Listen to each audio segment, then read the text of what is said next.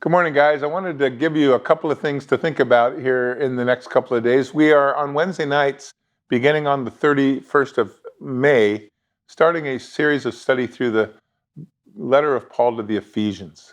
You know, the cool thing about the book of Acts is that you are given by the Lord in many ways the way a church is planted and what God did to cause it to grow and to reach the communities around them. Ephesus was a huge city. 300,000 or 400,000 people, but they were involved greatly in the worship of Diana. They were a very idolatrous city, lots of black magic, lots of sexual perversion at the pagan temples. It's almost unthinkable to think of a church being planted in a situation like that.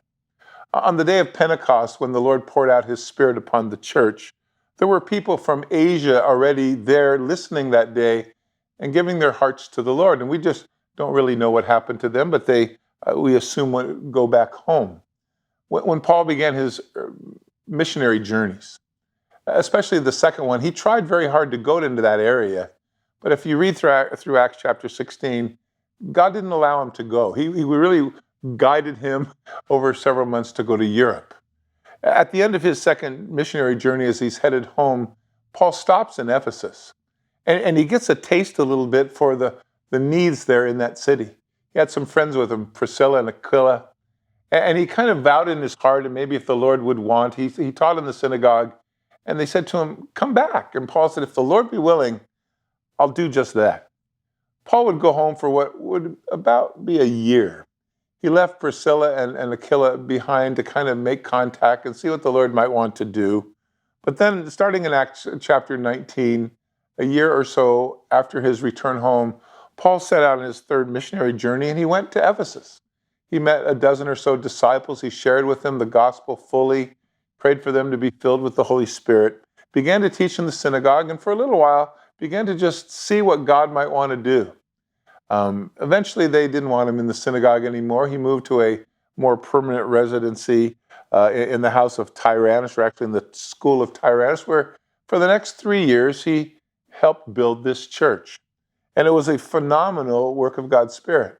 People were burning their occultic books. Folks were coming to the Lord in record numbers. Handkerchiefs from Paul's hand would be laid on the sick and the possessed, and God would deliver them. It was quite a place to be. 3 years or so later, Paul was accused of causing upheaval, and it was obviously time to move along. And so Paul did. He left. He finished his tour, his third missionary journey, got home to Jerusalem, had been told along the way of what awaited him, was arrested, kept in jails for a couple of years, then transferred over to Rome, where he would wait 2 more years to have his case heard by Nero. It is during that Roman imprisonment that he writes this letter to this church, a church that he had wanted to maybe get involved with early on. The Lord allowed him to go for 3 years after.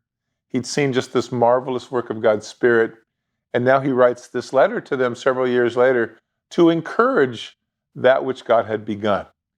And so I hope you'll join us beginning Wednesday, May 31st. We're going to just kind of plod through this letter. Lots to learn. The first couple of chapters, 3 of them to be exact, are all about what God has done for us. And it is really typical of Paul's way of presenting, I think, the letters that he writes. First, what has God done for us? And then knowing those things, what can and should God expect to have us do for him? How should we respond?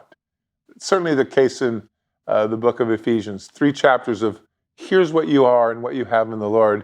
And therefore, chapter 4, verse 1, here's what God now expects from you.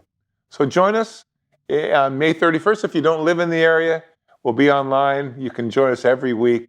Love to have us be a part as we just kind of learn from the Lord his teaching, his word, and his encouragement to a church that he just powerfully planted there in Asia Minor. God bless you guys.